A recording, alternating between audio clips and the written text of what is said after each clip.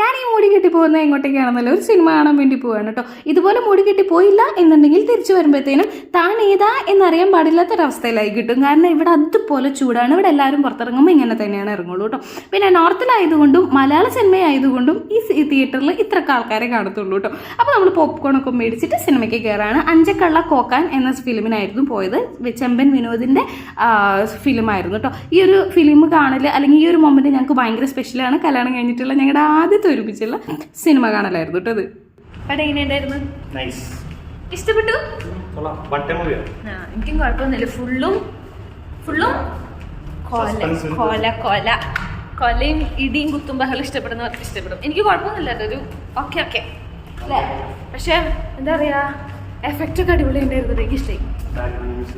നല്ല രസം. മീൻസ് അവൻ വന്നിങ്ങനെ ചാടി വരും. അയ്യോ, നമ്മൾ ഇവരോട് മറ്റേ കഥ പറയണ്ട, നിങ്ങൾ പോയി കാണുക ഗൈസ്.